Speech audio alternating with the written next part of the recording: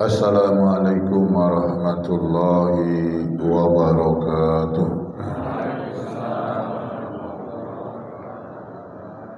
Innal hamdalillah nahmaduhu wa nasta'inuhu wa nastaghfiruh wa na'udzu billahi min shururi anfusina wa min sayyiati a'malina. May yahdihillahu fala mudilla lahu wa may yudlilhu fala hadiyalah. Asyhadu an la ilaha illallah wa asyhadu anna Muhammadan abduhu wa rasuluh la nabiyya ba'dah. Allahumma shalli ala Muhammad wa ala ali Muhammad kama shallaita ala Ibrahim wa ala ali Ibrahim wa barik ala Muhammad wa ala ali Muhammad kama barakta ala Ibrahim wa ala ali Ibrahim fil alamin innaka Hamidum Majid. Qala Allah Ta'ala fil Qur'anil Karim, a'udzu billahi minasy syaithanir rajim. Ya ayyuhalladzina amanu taqullaha wa kunu ma'as shadiqin. Allahumma inna nas'aluka 'ilman nafi'an wa qalban khashi'an wa 'amalan maqbulan wa du'aan masmu'an. Marilah kita selalu mohon pada Allah ilmu yang bermanfaat, hati yang khusyuk, amal yang diterima, dan doa yang dikabulkan. Bersyukur kita kepada Allah di subuh hari ini kita masih diberikan kekuatan oleh Allah Subhanahu wa Ta'ala untuk bisa melaksanakan ibadah puasa dan juga salat subuh dengan berjamaah, dilanjutkan dengan ta'lim. Mudah-mudahan seluruh rangkaian ibadah yang kita laksanakan, yang wajib maupun yang sunnah, diterima oleh Allah Subhanahu wa Ta'ala. Salawat dan salam untuk junjungan kita, teladan yang terbaik buat kita, Rasulullah Muhammad sallallahu alaihi wasallam. Mudah-mudahan dengan selalu meneladani jejak langkahnya dan kita bersalawat kepadanya, kita mendapatkan kebahagiaan dunia dan akhirat. Bapak Ibu hadirin wal hadirat jamaah subuh yang dimuliakan Allah Subhanahu wa Ta'ala, ini sudah subuh yang ke-10 ya. Di bulan Ramadan tidak terasa ya, karunia Allah kepada kita diberikan kemampuan untuk melaksanakan ibadah di bulan Ramadan. Di antara rahasia kenapa terasa mudah, terasa indah, terasa ringan, karena kebersamaan. Sholat malam bisa tiap malam karena kebersamaan.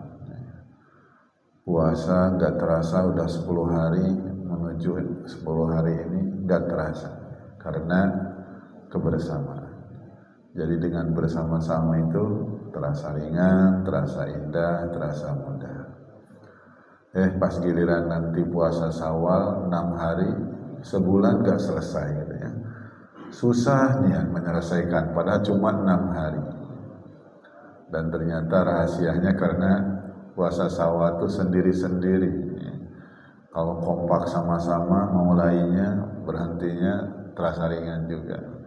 Ini menunjukkan bahwa bersama-sama itu memudahkan, bersama-sama itu indah dan meringankan. Dan inilah Ramadan mengajarkan kita betapa pentingnya kebersamaan. Bapak Ibu yang dirahmati Allah Subhanahu wa Ta'ala, dan kita pun diberikan nikmat oleh Allah berupa kesempatan dan waktu ya, waktu istimewa yang bisa kita lalui. Di dalam Islam tuh nikmat waktu tuh nikmat yang luar biasa, dan di dalam Islam juga ada nikmat waktu yang istimewa.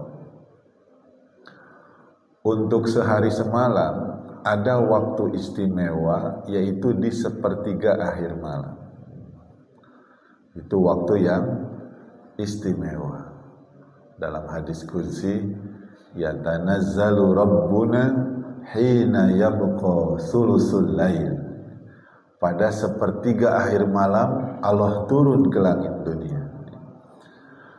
Wa may yastaghfiruni fa astaghfirullah, kalau pada saat itu dia memohon ampunan kepadaku, pasti aku ampuni.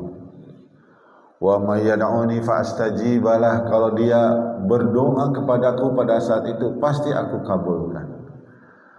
Wa man a'tani fa utiyah, dan kalau pada saat itu dia meminta kepadaku, pasti aku berikan. Itu waktu istimewa dalam sehari semalam. Dan mari kita manfaatkan juga waktu istimewa seperti ini, ya. Yaitu jam-jam berapa Bapak Ibu?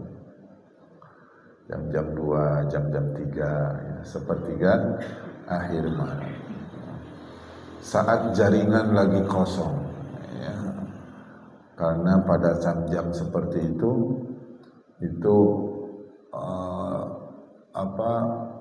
kehusuan munajat juga lain gitu. Dan pengorbanan untuk bisa bangun jam seperti itu sangat berat. Makanya rata-rata maling pun jam segitu, ya. Kalau ada maling di saat orang pada volume ngorok tertinggi, ya, pada nyenyak-nyenyak, ya. Sementara dia bangun menghadap Tuhannya, ya. Dijelaskan juga dalam hadis yang lain, ya, terkait dengan syarat masuk surga di antaranya, ya. Ayuhan nas afsus salam at'imut ta'am silul arham akim bil lail wan nasudiyam tadkhulul jannata bisalam, ya. Wahai manusia, sebarkan salam, beri makanan kepada yang membutuhkan, ya. Jalin silaturahim, dan bangun pada malam hari tatkala orang lain tidur nyenyak, ya. Maka silahkan masuk surga dengan penuh keselamatan. Itu luar biasa. Jadi dalam setiap hari ada waktu istimewa. Mudah-mudahan kita bisa melaluinya dengan baik, mengisi saat-saatnya mendekat kepada Allah.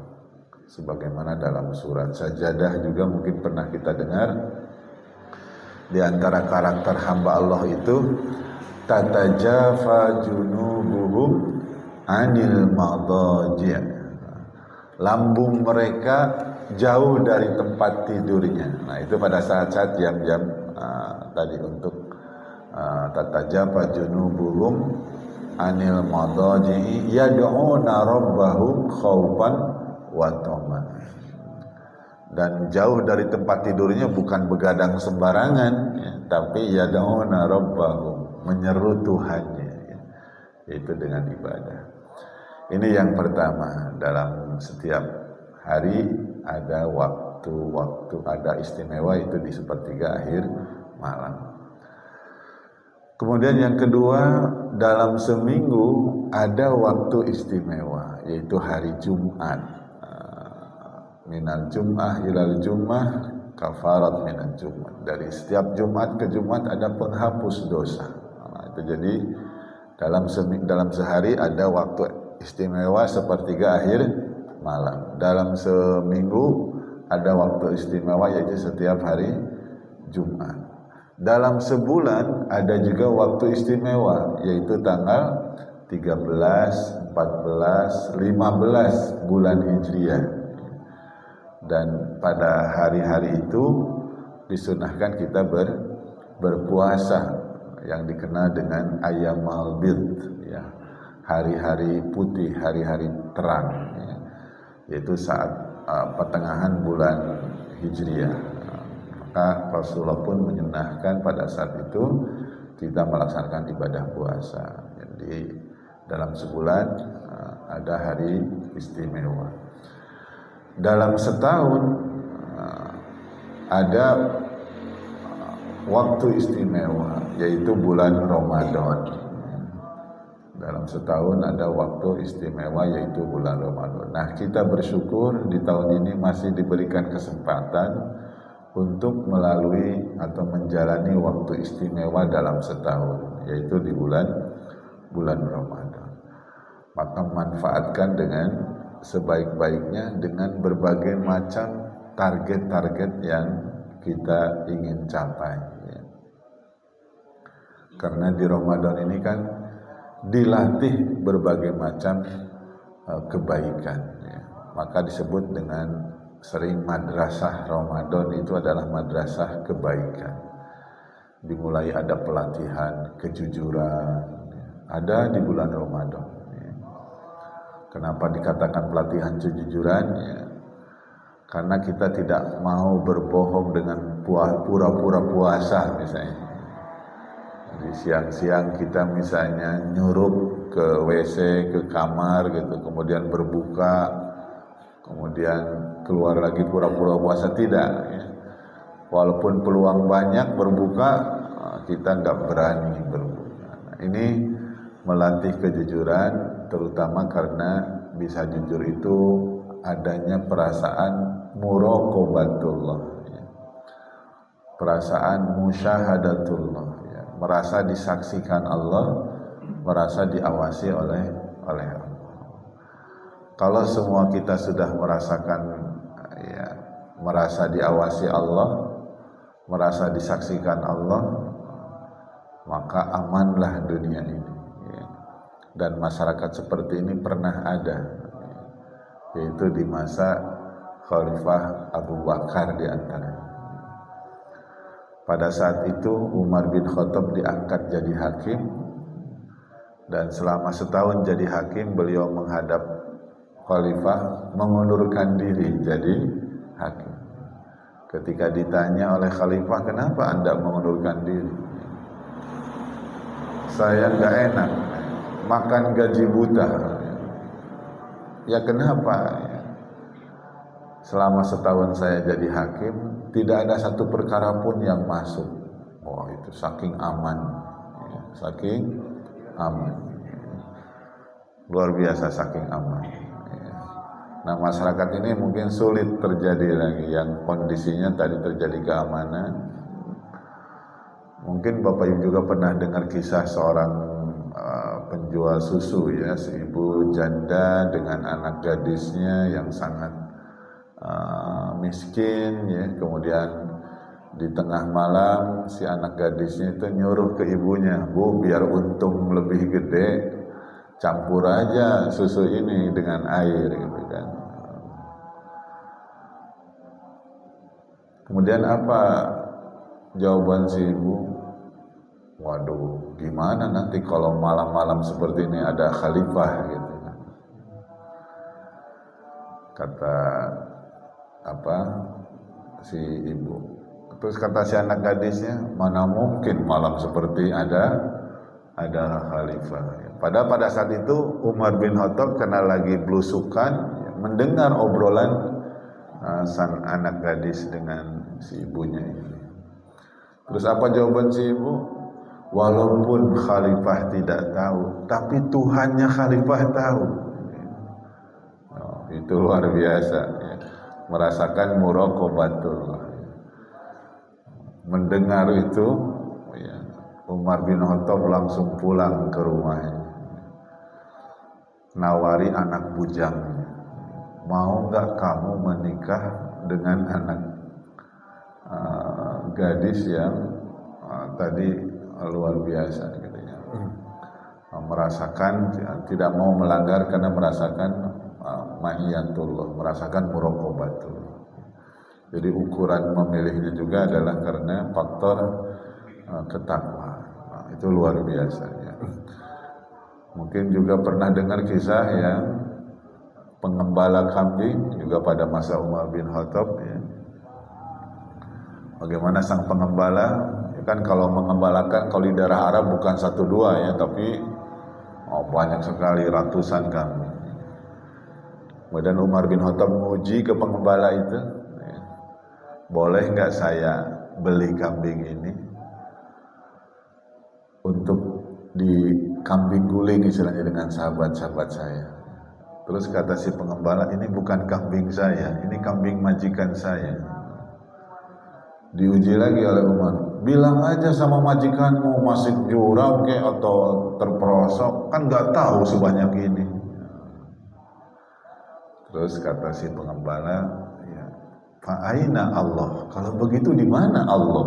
Oh, langsung dipeluk oleh Umar, luar biasa gitu kan.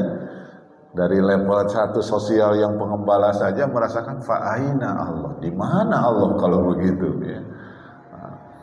Ini hal-hal yang luar biasa. Nah di Ramadan ini dilatih, di waktu istimewa ini kita muraqabatullah, ya, musyahadatullah, ya. Maka kita manfaatkan suasana di waktu istimewa dalam setahun bulan Ramadan ini, perasaan muraqabatullah. Dan itu puncak keimanan ya. Kalau orang sudah pada level muraqabatullah, merasa diawasi oleh Allah, atau di dalam Islam sering dikenal dengan al-ihsan ya, anta budallah ka'annaka tarahu fa illam takun tarahu fa innahu yaraka. Engkau beribadah kepada Allah seolah-olah melihat Allah, walaupun tidak mungkin pasti melihat Allah, tapi Allah melihat kita. Inilah insya Allah sumber kebaikan ya, kalau bisa merasakan muraqabatullah. Keluarga hancur kadang karena tidak merasakan diawasi oleh Allah. Katanya dinas luar, taunya dinas liar gitu ya. Kalau di rumah mungkin banyak yang ngawasi ya, tapi pas di luar rumah, ketika tidak ada perasaan diawasi oleh Allah, maka melakukan pelanggaran, melakukan kebohongan. Nah di bulan Ramadan ini, mari kita, waktu istimewa dalam setahun ini kita manfaatkan. Kemudian dalam setahun, dalam seumur hidup, dalam setahun ada istimewa bulan Ramadan. Seumur hidup ada waktu istimewa. Mudah-mudahan kita mendapatkannya, yaitu saat Lailatul Qadar, dan ada kaitannya di waktu istimewa ini. Jadi kalau kita mendapatkan waktu istimewa ini, Lailatul Qadar, luar biasa ya. Mudah-mudahan tahun ini dapat Bapak Ibu ya. Dan umur kita menjadi efektif ya, ketika mendapatkan Lailatul Qadar. Kan asbabun nuzulnya itu, sahabat bertanya kepada Rasulullah, semacam komplain lah. Ya Rasulullah, enak saja kaum dahulu itu, umurnya panjang-panjang, jadi amal solehnya banyak, pahalanya banyak. Nabi Nuh aja 1000 tahun, Nabi Ibrahim aja 50 tahun lebih. Sementara kita ini umurnya rata-rata ya 70-60 gitu ya. Kalau sudah 80-90 itu udah jarang sekali.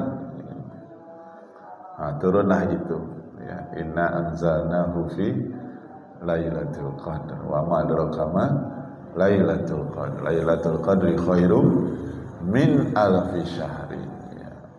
Kalau kita mendapatkan malam keberkahan itu, maka kualitas ibadah kita khairum min alfi syahri, lebih baik dari 1000 bulan atau 83 tahun 4 bulan.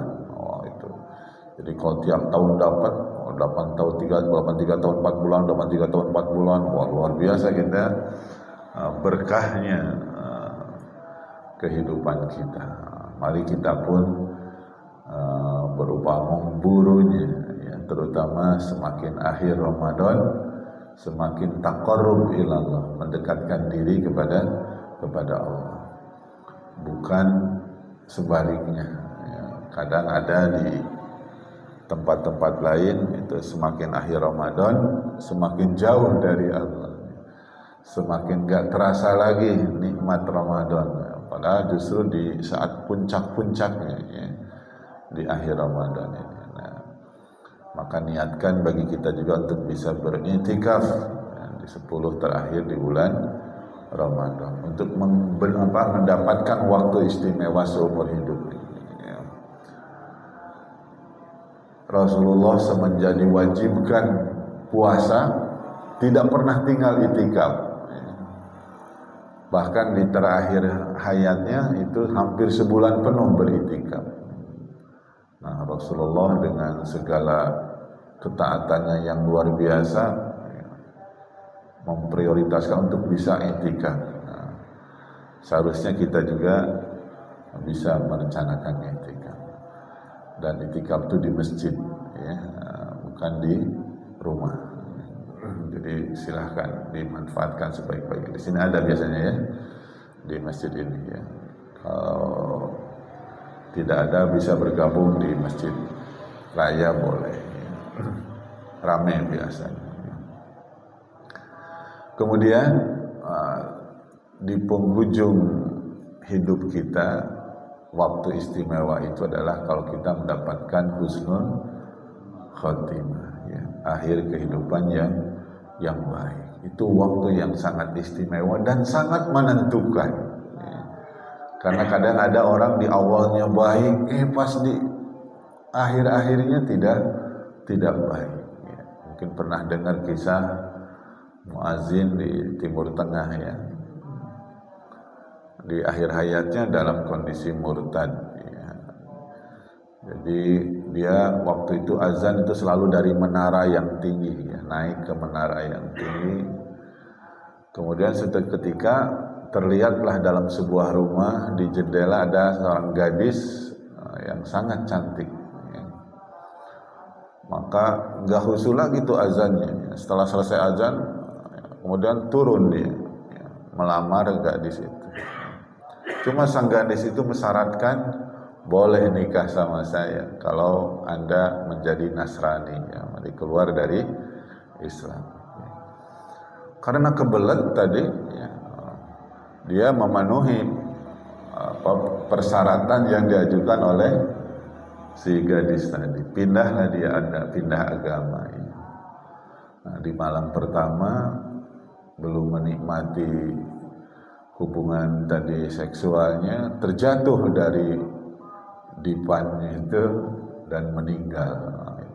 Itu kan, itu su'ul khatimah, ya. Di akhir-akhir hayatnya malah tadi, ya. Makanya itu kenapa kita setiap hari harus ihdinas siratal mustaqim, ya. 17 rakaat 17 kali ihdinas siratal mustaqim. Ya Allah, tunjuki kami jalan yang lurus. Bukan kita berada di jalan yang bengkok, tapi tidak ada jaminan seseorang sampai akhir hayatnya berada di jalan lurus. Tidak ada jaminan. Mungkin kadang kita melihat di masyarakat atau mungkin kawan kita dulunya rajin sekali. Ketika di kampusnya aktif, ketika sekolahnya aktif dalam kegiatan-kegiatan keagamaan. Pas menjelang akhirnya misalnya meninggalnya dalam kondisi tidak baik. Itu sangat mungkin, ya. Nah, maka mari kita manfaatkan waktu yang paling menentukan itu di penghujung, di akhir hayat. Dan di antara yang paling mendorong husnul khotimah adalah keikhlasan dalam beribadah. Keikhlasan dalam beribadah. Ini yang paling mendorong husnul khotimah. Di zaman Rasulullah ada seseorang yang sangat hebat dalam berjuang.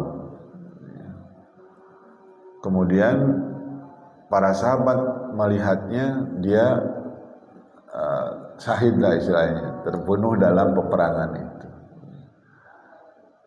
Kemudian kata Rasulullah, dia di neraka. Sahabat kaget, orang sehebat begini perangnya, berjuangnya, kok di neraka?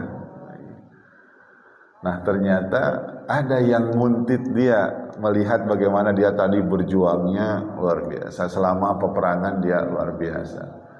Dia terluka, ya. Kemudian karena nggak kuat rasa sakitnya dan mungkin perasaannya masa jagoan terluka gitu, ya. Akhirnya dia nancapkan pedangnya di tanah, terbalik gitu kan. Kemudian dia merebahkan diri, bunuh diri gitu, ya. Bunuh diri. Oh, baru sahabat memahami kenapa dia di neraka, tapi tadi tertusuk pedangnya itu bukan karena tapi menancapkan pedangnya kemudian dia merebahkan diri, bunuh diri. Kenapa? Karena malu tadi, kok pejuang terluka, sakit. Nah ini kalau bahayanya tidak ikhlas, ya, itu bisa jadi su'ul khotimah. Kan begitu. Karena orang yang tidak ikhlas bisa jadi berhenti beramalnya. Misalnya, kalau ikhlas itu kan dia tidak berubah, dipuji maupun dicaci. Dia tidak berubah. Kalau yang tidak ikhlas itu berubah. Kalau dipuji semangat, ya, pas dikritik, diingatkan, maleh ambo, udah payah-payah, masih diomelin, jadilah, udemlah, nggak beramal lagi, nyegut dia, ya, merajuk. Kan ada orang begitu, misalnya di masjid aja kan, atau misalnya jadi pengurus masjid lah, pas nggak diangkat lagi misalnya kan. Kalau dia karena Allah kan tetap saja dia. Tapi begitu kalau bukan karena Allah, begitu nggak jadi lagi, malah ambil ke masjid, biarlah dia baik katanya kan. Berhenti dia beramal gitu kan. Berhenti dia beramal. Tapi kalau orang yang ikhlas, mau jadi pengurus, tidak jadi pengurus, dipuji, tidak dipuji, ada orang, tidak ada orang, dia tetap beramal. Karena yang berhak melihatnya bukan manusia, tapi Allah Subhanahu wa Ta'ala. Maka hati-hati dengan keikhlasan ini. Kita harus betul-betul kita betulkan. Makanya setan itu nggak berani mengganggu orang kalau sudah derajatnya mukhlasin.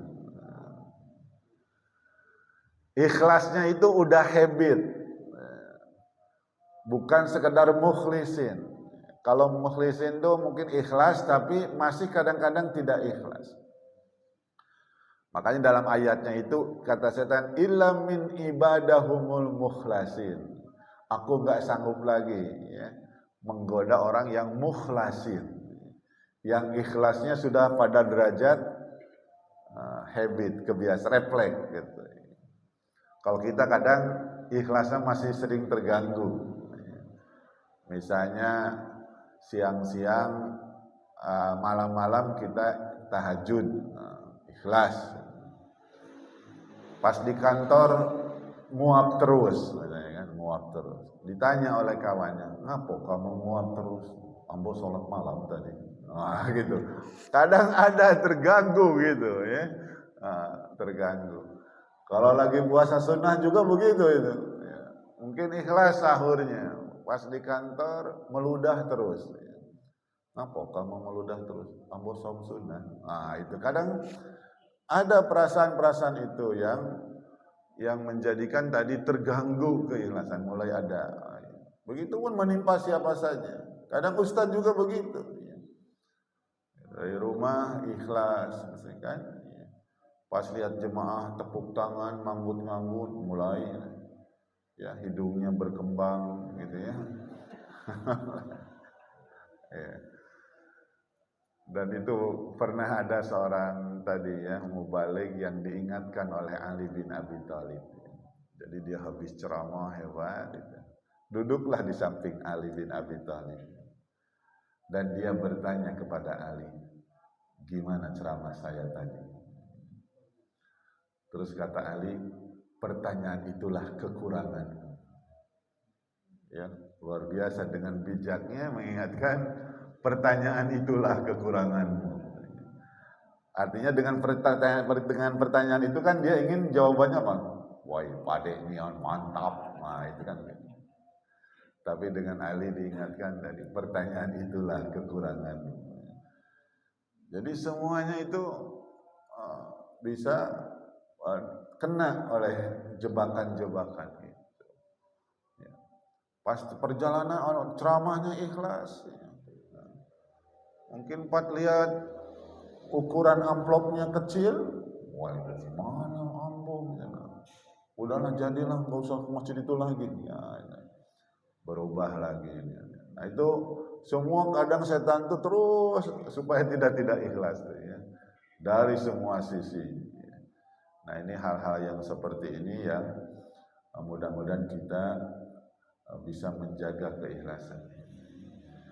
Makanya Rasulullah pun mengajarkan kepada kita doa kalau kita ada ketidakikhlasan dalam perbuatan.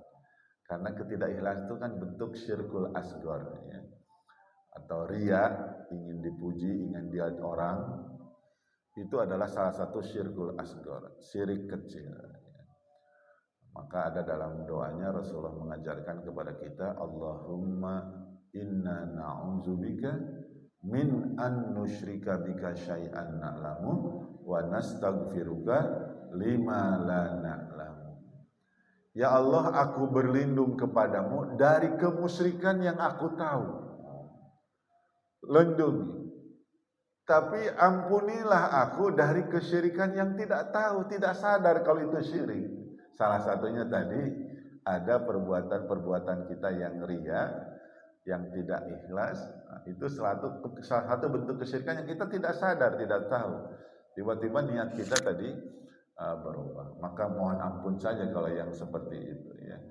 Nah ini saya yakin di antara kita kadang ada pengalaman-pengalaman niat kita berubah menjadi tidak ikhlas karena ada pujian, ada kritikan atau ada imbalan atau ada apa saja. Ini sering merubah niat kita. Nah, kalau hal-hal yang tidak menyadari seperti itu ya kita mohon ampun kepada Allah. Tidak menyadari ya. Sementara yang kita musyrikan tahu kita berlindung. Ini karena tadi hal-hal ini sangat berat. Inilah Bapak Ibu di waktu-waktu istimewa mudah-mudahan kita raih ya. Karena di dalam Islam tadi ada tempat istimewa, ada waktu istimewa. Tempat istimewa di antaranya Mu'tazam, Raudhah, itu tempat-tempat istimewa ya. Masjidil Haram, Masjid Nabawi itu tempat-tempat istimewa di mana hal-hal yang diunggulkan. Dalam hal kaitannya dengan waktu, mari kita juga manfaatkan waktu-waktu istimewa ini ya. Baik yang harian tadi ya, ataupun yang mingguan, yang bulanan, yang tahunan, bahkan waktu yang sangat menentukan di akhir kehidupan kita. Kalau ada sesuatu mungkin yang mau ditanyakan sebelum ditutup. Ya.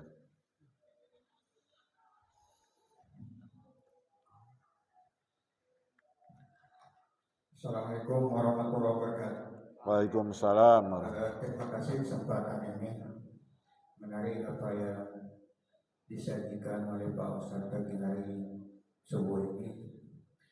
Yang saya tangkap bagaimana kita menumbuhkan dan mewujudkan kejujuran dan keikhlasan. Jadi di bulan suci Ramadan ini sebagai madrasah untuk mewujudkan kejujuran dan keikhlasan. Pertanyaan saya, kenapa kita walaupun sudah banyak terpelajari di terkait dengan ini, banyak yang belum terbentuknya kejujuran dan keikhlasan? Saya mungkin ini pandangan kalau memang Nabi Adam dulu adalah manusia utama yang menghuni tubuh di dunia ini atau di Mekah atau di katakanlah Waktu ini gak jelas. banyak manusia. Mic-nya kurang jelas ya. Baterainya mungkin.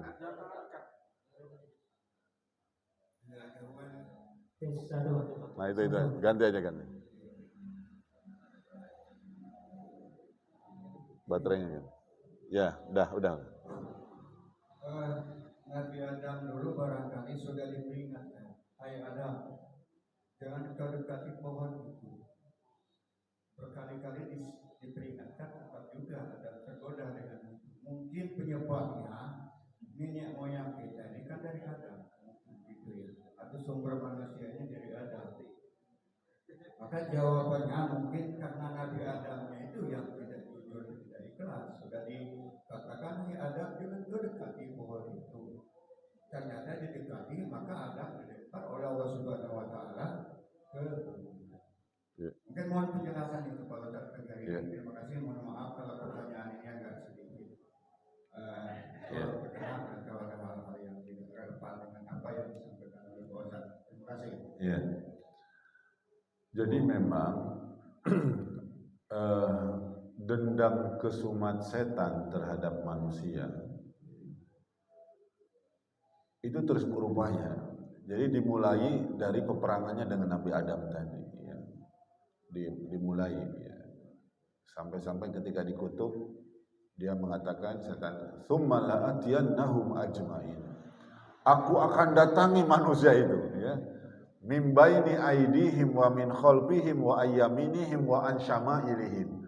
Aku datangi manusia dari depan, dari belakang, dari kiri, dari kanan. Tadi supaya terekrut jadi penghuni neraka, gitu, ya. Kan ya Allah, berilah aku tangguh umur tidak dimatikan sampai hari kiamat untuk menggoda manusia. Supaya apa tadi? Supaya banyak kadar penghuni neraka, ya. Supaya banyak kadar penghuni neraka. Dimulailah tadi dari Nabi Adam tadi, ya. Dia digoda, kan gitu, ya. Digoda. Dan teknik setan tuh bertahap, ya. Teknik setan tuh bertahap. Sampai orang sesat tuh tidak langsung. Ada nakut-nakuti, ada namanya tazyin, ya. Menghias sesuatu yang buruk jadi baik, yang baik jadi buruk. Itu kerjaan setan, ya. Atau juga taswis, mewaswaskan, meragukan. Itu juga kerjaan setan. Kemudian merubah kata-kata. Salah satu terjebaknya Nabi Adam, gitu, ya, itu dengan kata-kata. Allah menyebutnya dengan wala taqraba hadhihi syajarah. Jangan dekati pohon ini. Nah, itu kan larangan. Jangan dekati pohon. Allah menyebutnya pohon larangan. Kemudian apa setan mengatakan? Hadza min sajaratil khuldi. Wahai Adam, ini pohon keabadian, ya. Kalau tadi nyebutnya pohon larangan, ini setan menyebutnya pohon keabadian. Yang kalau kamu deket pohon ini nanti abadi di surga, ya. Nanti abadi di surga. Terprovokasilah, ya.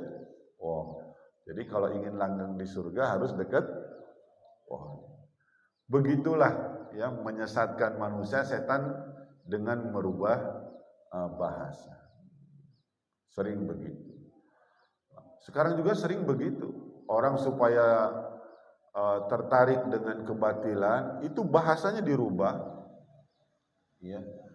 Kalau dulu misalnya kan pelacur itu kan ngeri disebut wanita tunasusila, kan ngeri itu, ya.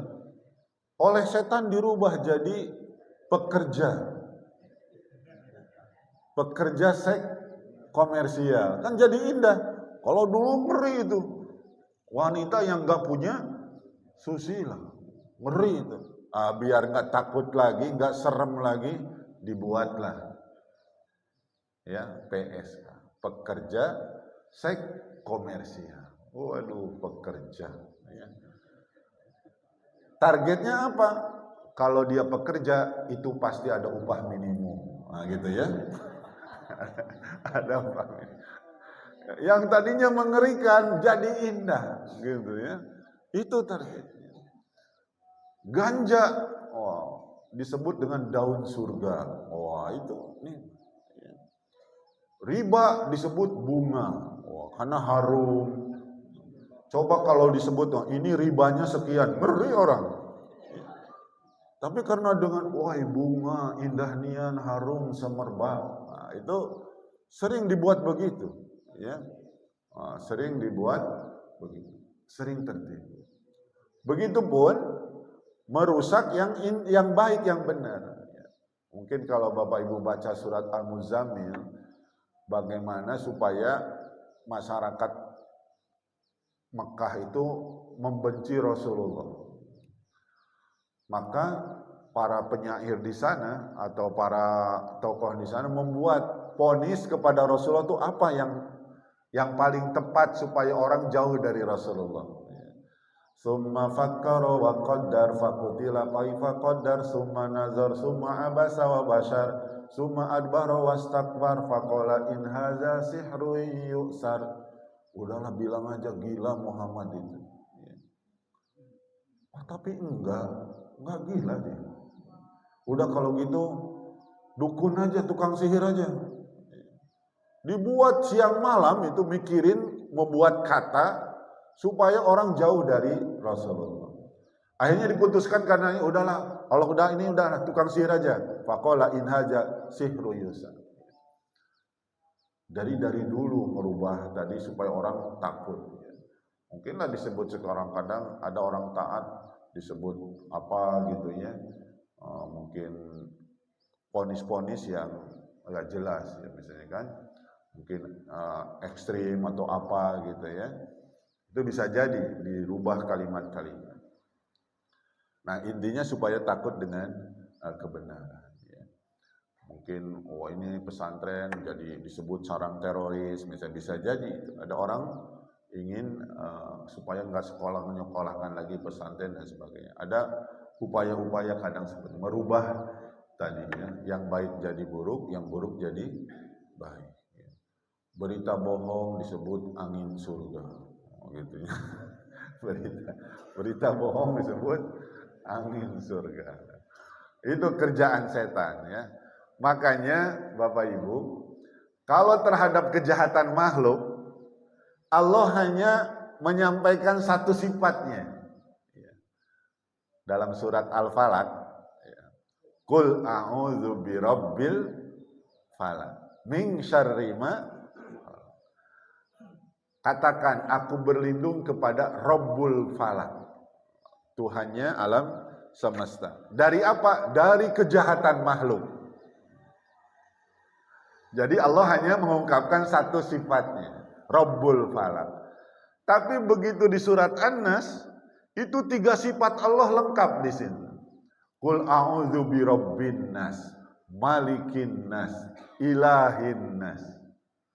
Katakan Tuhannya manusia, Rabbun nas, malikin nas, rajanya manusia, ilahin nas, ilahnya manusia. Jadi rububiyatullah, mulkiyatullah, uluhiyatullah ada di situ 3 sifat. Dari apa kita berlindung dengan 3 sifat Allah itu? Min syarril waswas al-khannas. Dari waswas ya, yang ada dalam diri manusia, minal jinnati wanas. Waswas dari jin, setan kalangan manusia dan setan kalangan jin. Dari bisikan. Jadi paling bahaya itu bisikan tadi, waswas. Setan kalangan jin dan setan kalangan manusia. Kalau setan kalangan jin kadang kita takut ya. Tapi kalau setan kalangan manusia, wah itu bisa istri kita, bisa orang tua kita, bisa suami kita. Misalnya kata istri, ketika suaminya pejabat, ambil aja Pak, masa bapak punya jabatan gak punya apa-apa. Amin. Nanti diatur aja lah laporannya. Misalnya gitu. Mungkin iya juga lah, gak apa-apa dikit-dikit. Itu bisa pengaruh ya. Pengaruh dari bisikan. Nah itu terjebak karena bisikan. Jadi muncul tadi kebohongan, ketidakjujuran, itu dari bisikan setan yang umumnya karena kita diwaswas ya, diwaswas. Maka tadi wa'udzu birabbinas malikinas ilahinas min syarril waswasil khannas, dari kejelekan kejahatannya waswas. Maka was-was, ragu-ragu itu minas syaiton, dari setan. Contohnya juga kalau ada orang berwudu misalnya, ya. Sebentar-sebentar balik lagi, sebentar-bentar balik lagi. Misalnya udah niat wudu, perasaan gak khusyuk, kata Rasul tepuk punggungnya. Dia itu lagi diganggu setan. Orang sudah hampir assalamualaikum, ini masih wudu bolak-balik gitu. Pernah ada yang lihat orang seperti itu ya? Wudu lagi, merasa apa? Was-was, ya, was-was, perasaan nggak wudunya nggak benar. Itu lagi diganggu setan itu orang-orang seperti itu, ya, dari was-was. Nah, jadi kalau ada bisikan buruk untuk melakukan kejahatan, nah, segeralah kita a'udzubillahi minasyaitonirrajim. Di antara rahasianya begitu. Kan di dalam Al-Qur'an Bapak Ibu, perintah a'udzubillahi minasyaitonirrajim itu untuk apa? Ya, untuk apa itu? Untuk baca Quran kan? Dalam Al-Quran itu perintah fasta'iz billahi minasyaitonirrajim itu wa idza qara'ta al-Quran fasta'iz billahi minasyaitonirrajim. Kalau kamu baca Quran, maka ucapkanlah a'udzubillahi minasyaitonirrajim. Bayangkan untuk baca Quran yang godaan setannya dikit istilahnya, itu harus a'udzubillahi minasyaitonirrajim. Apalagi kita masuk ke wilayah yang banyak setan. Itu harus lebih kenceng lagi. A'udzubillahi minasyaitonirrajim. Di antaranya apa tuh? Kata Rasulullah, yang paling banyak setan di mana? Di pasar di antaranya. Ya. Makanya begitu masuk pasar, a'udzubillahi minasyaitonirrajim. Karena di situ ada kebohongan, penipuan, kurangi timbangan, kan begitu. Baik pedagangnya maupun pembelinya harus a'udzubillahi minasyaitonirrajim. Karena kadang ada pedagang itu jadi berbohong karena pembeli. Kalau pembelinya seperti yang dianjurkan Rasulullah, kalau kalian nawar di atasnya jangan di bawahnya. Ya. Misalnya ini sepatu berapa? 250.000, 300.000 ya. Nah, itu pedagang nggak akan bohong nanti berikutnya. Ya. Tapi karena yang pembelinya itu nawarnya habis-habisan, maka kata pedagang apa? Kita naikkan aja 2 kali lipat, nanti ditawar setengahnya. Kan begitu ya. Tapi itu pedagang di luar negeri, kalau di kita mungkin ya. Nawar habis-habisan, ya. Maka bagi ibu-ibu terutama, kalau bapak-bapak jarang nawar ya. Kalau ibu-ibu, kalau apalagi pedagang kecil, coba pedagang sayur, ibu-ibu sudah tua dagang sayur, masih ditawarnya habis-habisan. Kangkung satu ikat berapa Bu? 1.500 ya, 2.000. Apa? 2,5 misalnya, masih ditawarnya coba. Padahal kaya juga enggak dengan 500 perak. Nyiksa lagi, pergi dulu dipanggil lagi. Sini Bu, aduh, nyiksa. Bukan pengalaman, bukan ini ya, tapi untuk begitu.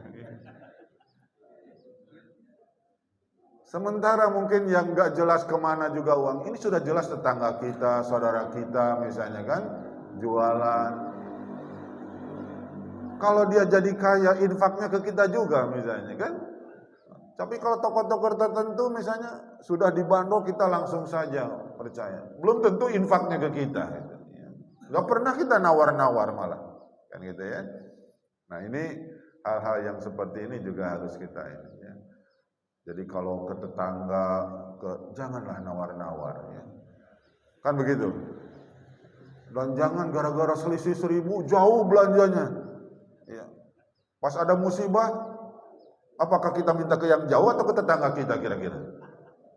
Kan gitu. Seharusnya prioritas. Ya. Selisih 1.000, 2.000, inilah ke tetangga. Kalau ada infak urunan kan tetangga juga yang memberi kita. Nah itu kadang tadi di pasar itu sering ada penipuan ngurangi timbangan karena tadi ya. Misalnya jual juga gitu, buah-buahan ya. Di pasar 1 kilo, di rumah tinggal 8 on. Hilang 2 on misalnya kan. Kenapa? Karena kata pedagang udah habis tadi dicicipin gitu, yang 2 onnya itu kan. Nyicipnya banyak nian gitu kan. Ini nyicip, ini nyicip. Kata mana aja pedagang mau rugi. Udahlah, kurangi aja timbangannya. Kebanyakan udah duluan dengan nyicip-nyicip gitu kan. Ya, inilah.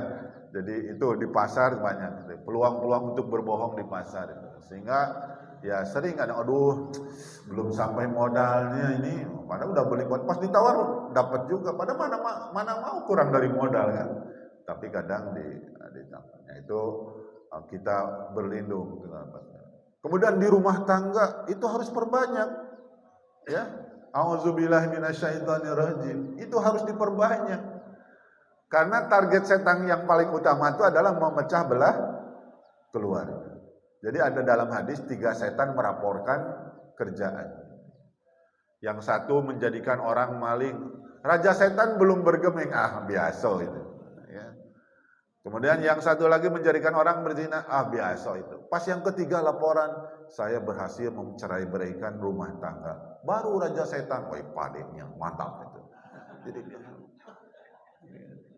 nah itu ada hadisnya gitu, bahwa raja setan tuh seneng kalau anak buahnya bisa memecah belah keluarga. Makanya godaannya banyak sekali.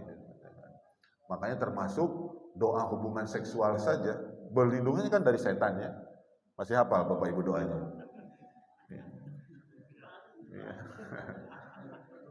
Ya. Ada mahasiswa baru selesai mulai nikah kan gitu ya. Nanya ke neneknya, "Nek, apa nih doa mau berhubungan seksual?" Kata neneknya, "Nawaitu saumah godin." Nanya ke nenek, udah lupa lah, jarang dipakai kan. Ya, jadi hampir semua kegiatan itu tadi berlindung dari setan. Masuk WC berlindung dari setan. Di rumah itu tadi supaya terbebas dari tipu daya jebakan setan. Kan dalam hadisnya kalau kita berhubungan seksual kemudian berdoa tadi meminta perlindungan dari setan, tadi doanya Allahumma jannibna syaitan wa jannibni syaitan ma razaqtana, maka anak yang dilahirkan tidak pernah diganggu, digoda oleh setan kan gitu ya. Nah, itu seperti itu. Jadi itu di tempat-tempat tadi yang banyak setannya harus lebih kencang lagi. Masuk misalnya ke gedung DPR, auzubillahi minasyaitonirrajim, atau masuk ke punya jabatan apa gitu, auzubillahi minasyaitonirrajim. Karena tipu daya setan di situ juga sangat banyak. Jadi begitu ya sebetulnya ya. Demikian Bapak Ibu, mudah-mudahan kita bisa memanfaatkan waktu-waktu istimewa kita ya dengan sebaik-baiknya sehingga kita sampai akhir hayatnya kita betul-betul menjadi husnul khotimah. Wabillahi taufiq. Assalamualaikum warahmatullahi wabarakatuh.